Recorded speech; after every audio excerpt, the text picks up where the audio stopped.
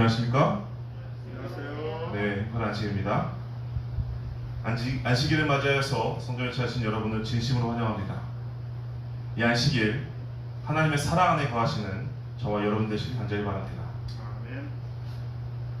다같이 성경 말씀 빌립보서 2장 6절로 8절의 말씀을 같이 읽으시겠습니다. 빌립보서 2장 6절로 8절의 말씀입니다. 네, 앞에 나와 있는데요. 제가 흰색 글씨를 읽고 여러분들께서 노란 글씨를 읽어주시면 고맙겠습니다. 빌립보서 2장 6절로 8절 말씀입니다.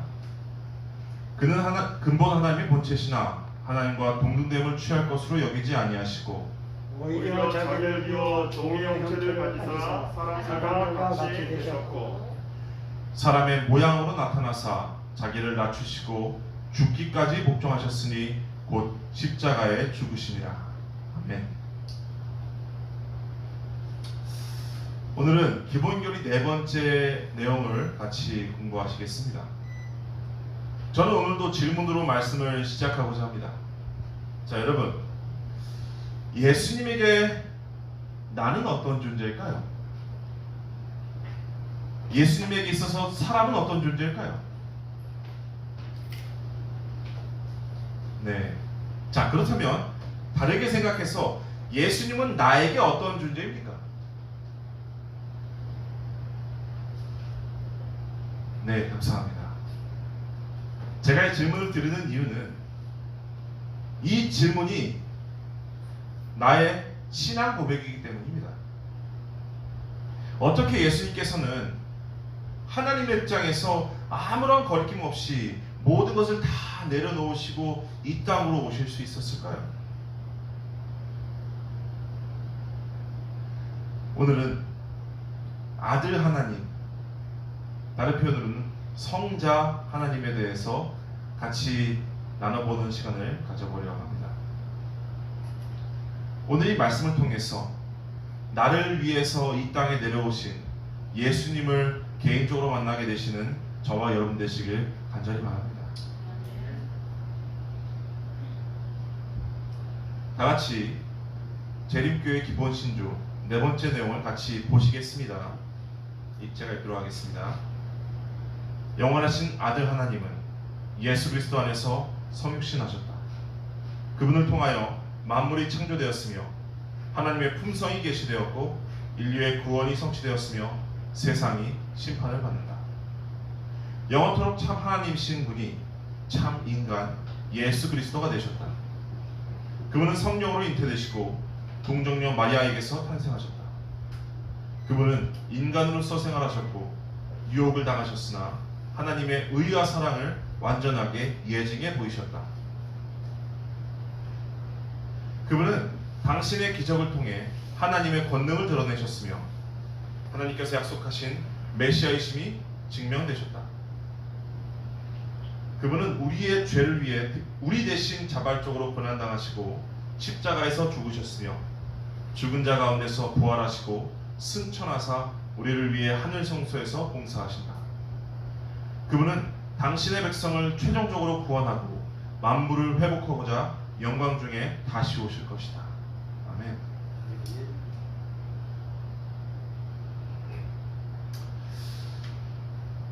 저는 이 말씀을 연구하면서 예수님이 도대체 어떤 분이실까라는 생각을 한참 해봤습니다. 사실 이 아들 하나님, 예수님은 우리가 성경을 통해서 가장 많이 만난 분이십니다. 그리고 또 그러다 보니 가장 친숙하게 느껴지시는 분이 바로 예수님입니다. 그렇지 않나요? 네, 저만 그런가 봅니다. 네, 가장 친숙하게 성경을 통해서 가장 많이 볼 수 있는 분이 바로 예수님입니다. 요한은 이 성자 하나님에 대해서 이렇게 이야기합니다. 요한복음 1장 14절 말씀입니다. 요한복음 1장 14절에는 말씀이 육신이 되어 우리 가운데 거하심에 우리가 그의 영광을 보니 아버지의 독생자의 영광이요 은혜와 진리가 충만하더라. 요한은 하나님의 독생자, 즉 성자 하나님께서, 아들 하나님께서 육신, 즉 사람의 몸을 가지시고 우리 가운데 거하셨다고 말하고 있습니다. 다른 말로 하면 우리와 같은 삶을 사셨다고 성경은 기록하고 있는 것입니다. 이것은 어떻게 보면 굉장히 놀라운 사실입니다. 그 이유는 죄로 인해서 우리가 하나님과 만나지 못하는 상황입니다. 지금은. 근데 이러한 상황에서 하나님께서 우리와 함께 거하심을 통해서 우리가 그분과의 인격적인 교제도 가능해지게 됐기 때문입니다.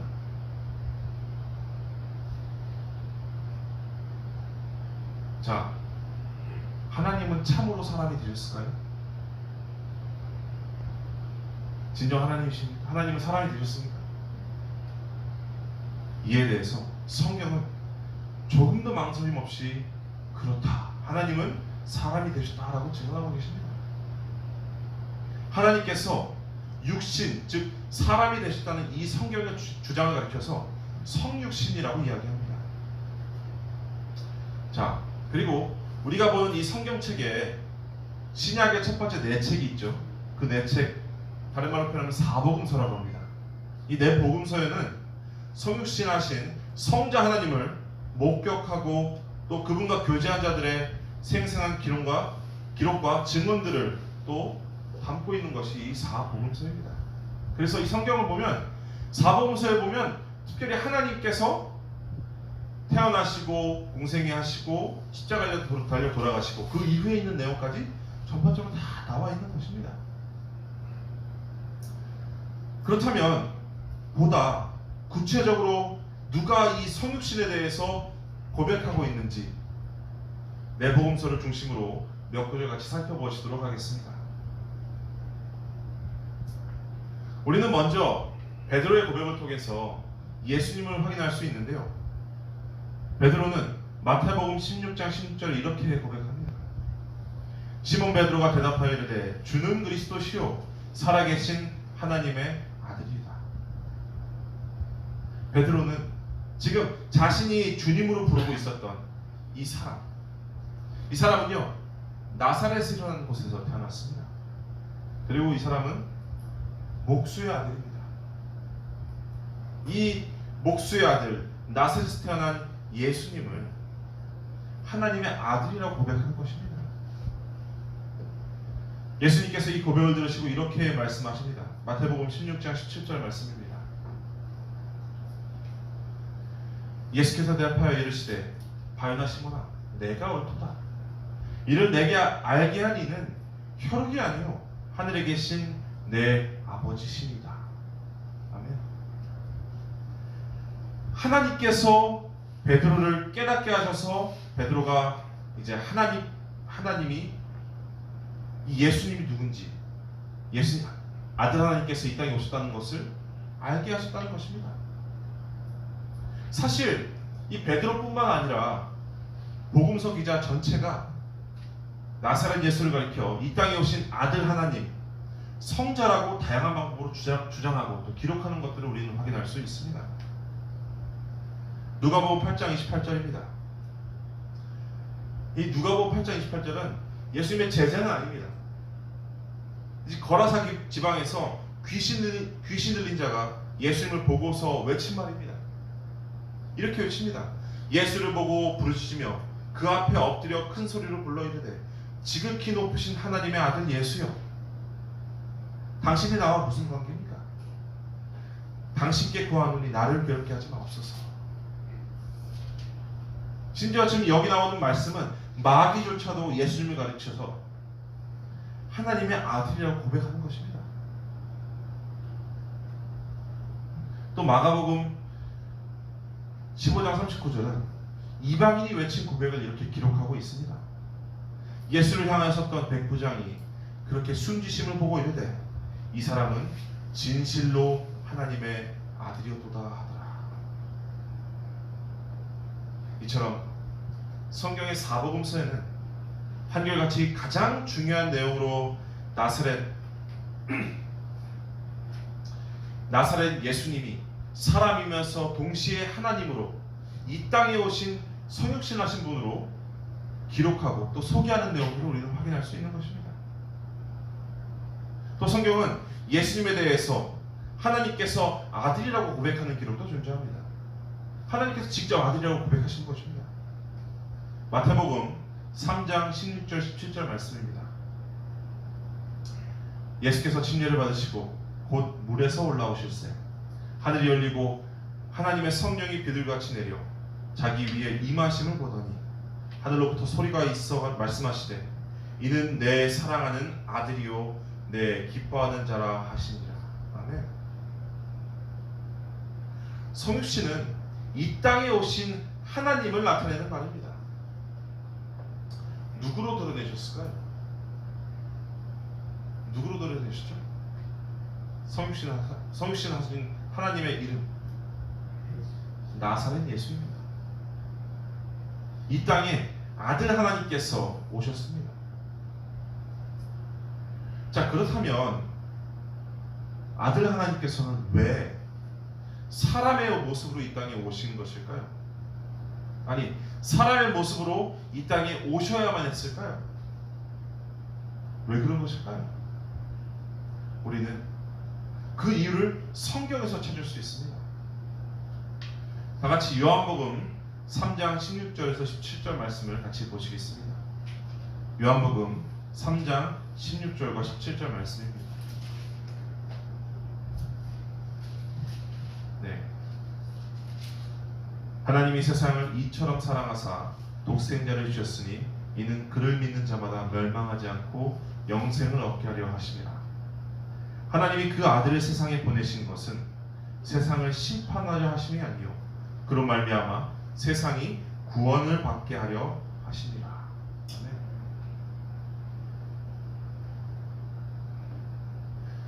요한은 성자 하나님이 이 땅에 오신 가장 크고 결정적인 이유를 하나님이 세상을 이처럼 사랑하시기 때문이라고 말했습니다. 하나님이 세상을 사랑하는 것과 이처럼 사랑하는 것과 성자 하나님이 사람으로 이 땅에 오시는 것, 그것은 어떤 관계가 있는 것일까요? 반대로 한번 생각해 보면 여러분은 성자 하나님께서 인간의 모습으로 이 땅에 내려오셨다는 이 사실이 하나님께서 정말 나를 사랑하신다는 증거로 느껴지십니까? 느껴지시나요?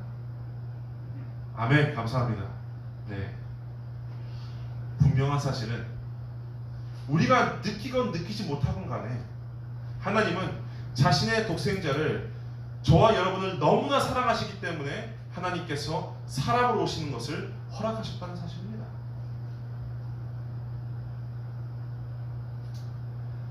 하나님께서 우리를 사랑하셨기 때문에 아들을 보내셨는데, 자, 그렇다면 이처럼 큰 사랑을 보이신 이유는 무엇일까요? 이처럼 큰 사랑을 보여주셨어야만 하는 이유가 무엇일까요? 그것은 우리가 방금 전에 읽은 요한복음 3장 16절 17절 말씀에 나오는 그 두 단어로 나오는 표현이 있습니다. 그것이 바로 여기 보이는 멸망과 심판입니다. 무엇 때문에요? 이 멸망과 심판 때문에 하나님께서는 우리에게 사랑을 보이실 수밖에 없었다는 것입니다.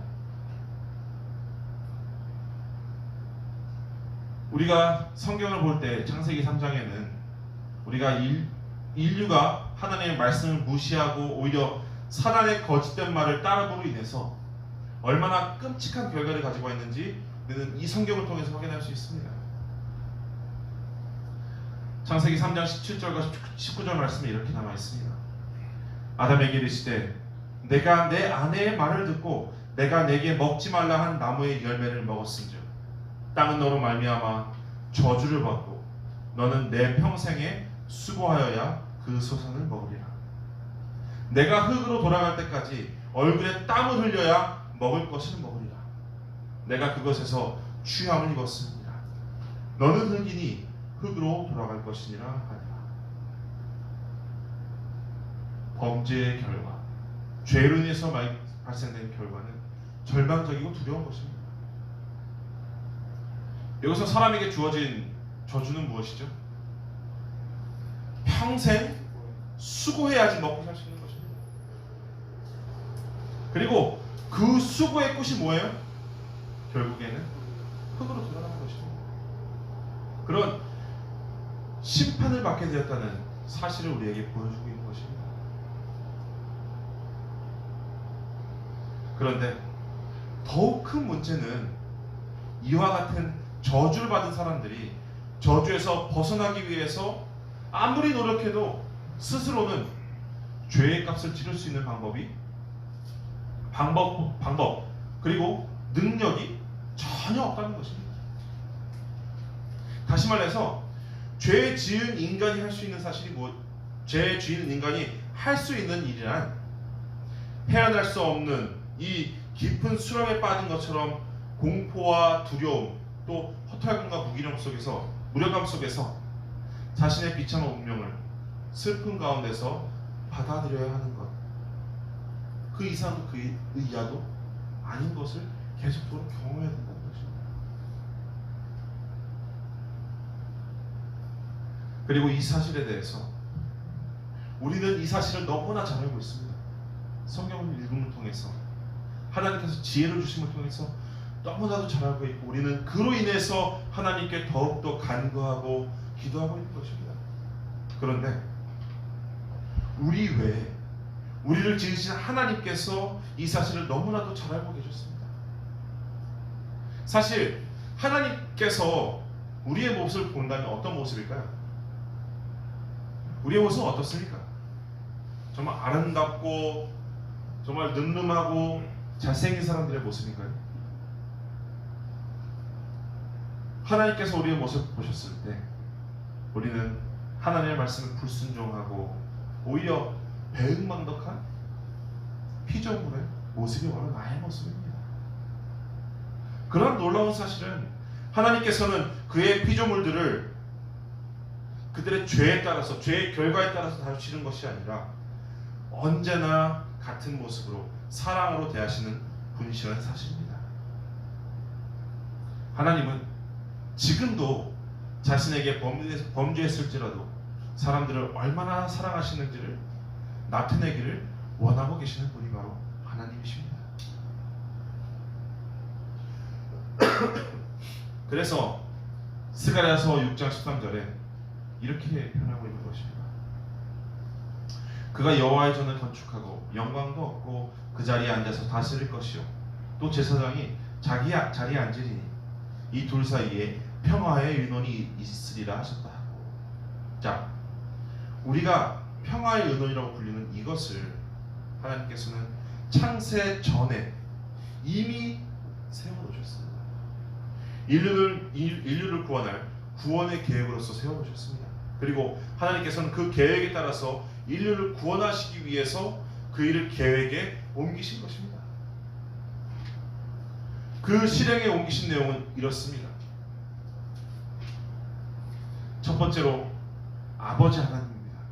아버지 하나님은 자신의 하나뿐인 아들이 범죄한 인류를 위해서 대신 죽음을 당하게 하는 아들을 허락하셨습니다.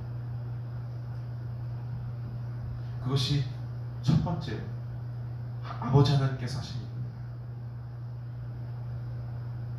두 번째로 아들 하나님은 하늘 보좌를 버리고 스스로 인간이 되셨습니다. 그래서 그들을 위해서 자신의 생명을 내어주시기를 결심하셨습니다. 이것이 두 번째 일입니다. 자, 세 번째로 성령 하나님은 아버지와 아들 하나님께서 이토록 큰 사랑을 보여주셨음에도 불구하고 죄로 인해서 단단히 굳어버린 사람들이 감히 이 사랑을 불신하고 심지어 거절하는 그와 같은 사람들에게로 성령 하나님께서 찾아가셔서 말할 수 없는 탄식과 수고로 그들을 구원과 진리로 인도하시는 일을 하시기로 결심하셨다는 것입니다. 자, 여기서 볼 수 있는 사실은 제가 지난번에 삼위 하나님께서 일을 하실 때 불필요한 일을 하지 않으신다고 말씀드렸습니다. 그렇죠? 그것을 제가 경제성이라고 말씀드렸습니다. 그것을 여기서도 확인할 수 있는 것입니다. 하나님께서는 그 아들 하나님이 일하실 것을 허락하셨습니다.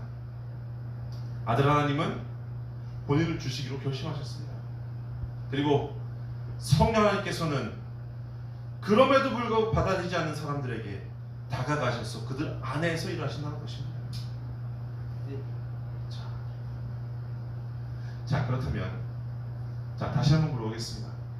하나님이 사람이 되셔서 이 땅에 오신 이유가 무엇이라고 그랬죠? 네, 감사합니다.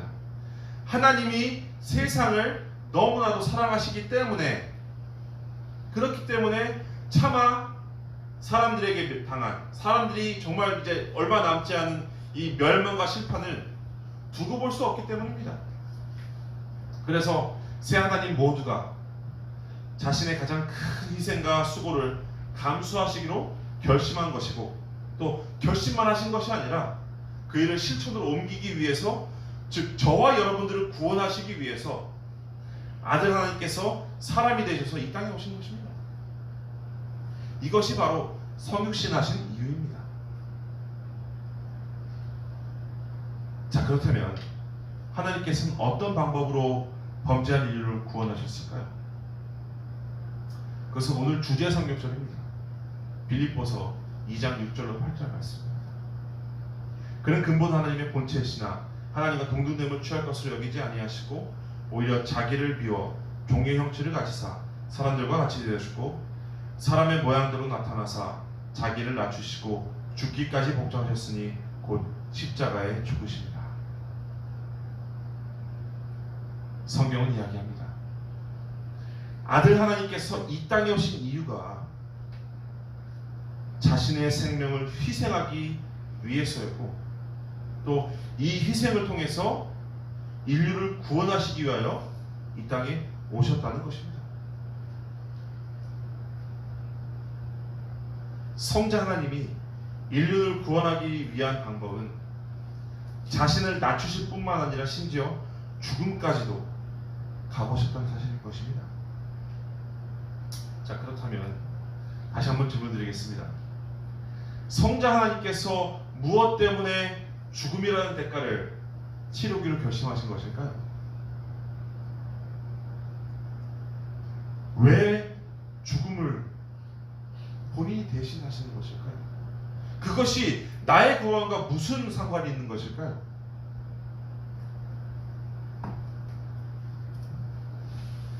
마가복음 10장 45절 말씀입니다. 인자가 온 것은 섬김을 받으려 함이 아니라 도리어 섬기려 하고 자기 목숨을 많은 사람의 대속물로 주려 합니다. 아멘.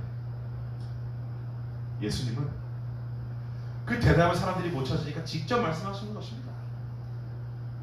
자신의 목숨, 즉 성자 하나님의 목숨을 대속물로 주려 하기 원하시기 때문입니다. 자,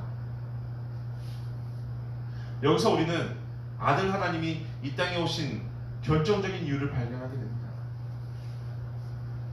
그것은 하나님께서 자신의 생명을 내어주고 대신 다른 사람의 목숨을 대속하기 위해서라는 것입니다. 자, 대속이라는 단어의 사전적 의미는 노예나 죄인들을 자유케 하기 위해서 그가 저지른 빚이나 일을 대신 갚아주는 것이라고 하는 뜻을 가지고 있습니다. 그러므로 궁극적으로 하나님께서 사람들의 목숨을 대신 갚아주시기 위해서 사람이 되셨다는 의미고, 또 죄로 인해서 죽음이라는 형벌을 치러야 되는 사람들이 그 죄값을 하나님의 아들께서 대신 치러주시기 위해서 이 땅에서 죽음으로 그것을 대속해 주시기로 결심하셨다는 사실입니다. 자, 이것을 우리는 무엇이라고 하죠? 하나님께서 우리를 위해서 대신 돌아가셨다. 이 사실을 우리는 복음이라고 합니다. 그리고 그것을 우리는 믿는 것입니다. 기독교에서 가르치는 복음이라는 개념 속에서 가장 중요한 개념이 무엇이냐면,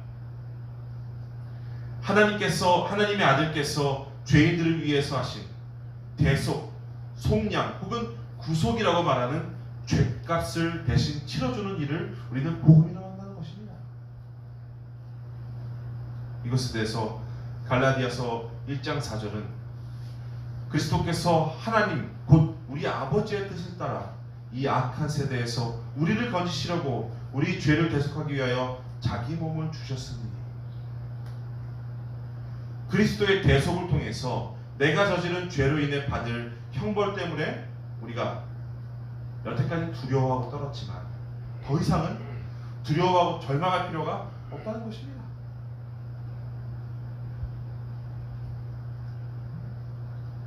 아무런 죄를 짓지 않은 하나님의 아들께서 스스로 사람이 되셔서 죄인들의 모든 죄를 대신 지시고 십자가에서 우리의 모든 죄를 대속하기 위하여 죽으셨기 때문입니다. 기독교에서 정말 우리는 십자가에 대해서 정말 중요하게 생각합니다. 이 소중하게 생각하는 십자가는 한낱 교회를 상징하는 심볼이나 장치무가 아니라는 것입니다. 그것이 아니라 이토록 정말 크고 놀라운 인류를 사랑하시는 하나님의 대속의 도구인 것입니다.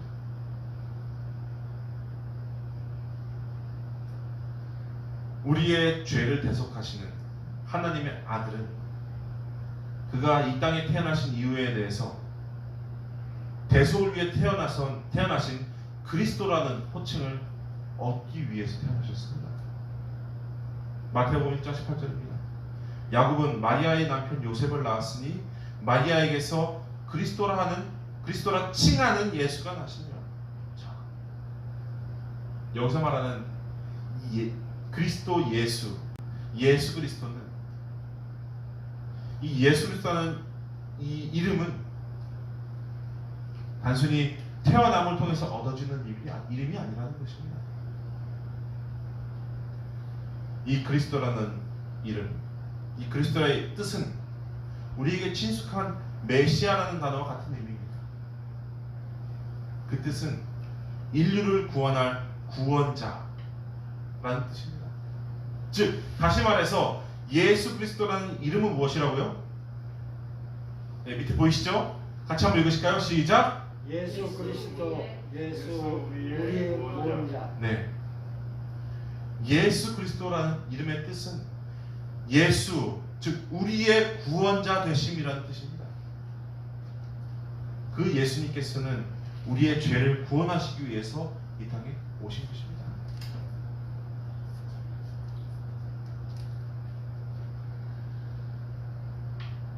자, 지금까지 우리는 이 땅에 오신 그리스도께서 하신 일들을 좀 살펴보았습니다.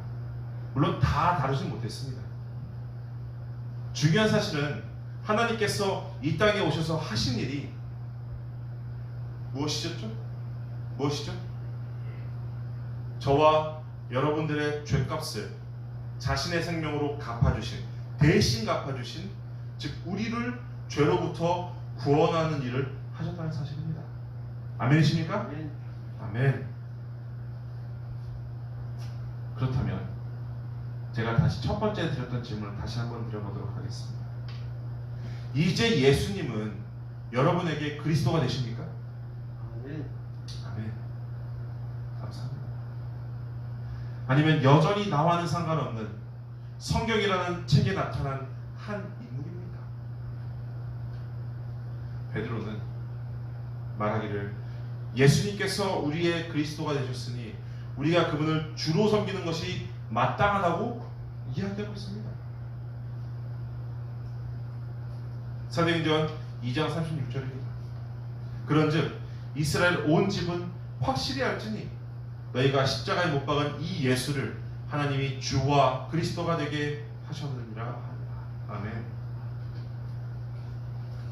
목동하라 좀 여러분, 내가 예수님을 나의 삶의 주인으로 영접한다면 그분은 나의 그리스도가 되셔서 죄악된 세상에서 꺼내주시는 분이 되실 것입니다. 자, 한 말씀 더 읽겠습니다. 사도행전 2장 21절 말씀입니다. 같이 한번 읽어봐요. 시작. 누구든지 주의 이름을 부르는 자는 구원을 받으리라 하셨느니라. 아멘. 나를 위해서 이 땅에 내려오신 하나님은 지금 원하시는 것은 내가 그 하나님께 나의 모든 것들을 맡기고 하나님이라고 부르기를 간절히 원하고 계시다는 것입니다. 그리고 그 예수님께서는 나와 만나기 위해서 아무런 거리낌 없이 모든 것을 내려놓고 이 땅으로 오셨다는 사실입니다. 지금 내 앞에 계신, 내 위에 계신, 내 안에 계신 예수님을 진정으로 만나게 되시는 저와 여러분 되시기 간절히 바랍니다. 그리고 단순히 만남으로 끝나는 것이 아니라 언제나 인격적으로 예수님과 교제하게 되시는 저와 여러분 되시기 바라며 오늘 말씀 마치도록 하겠습니다.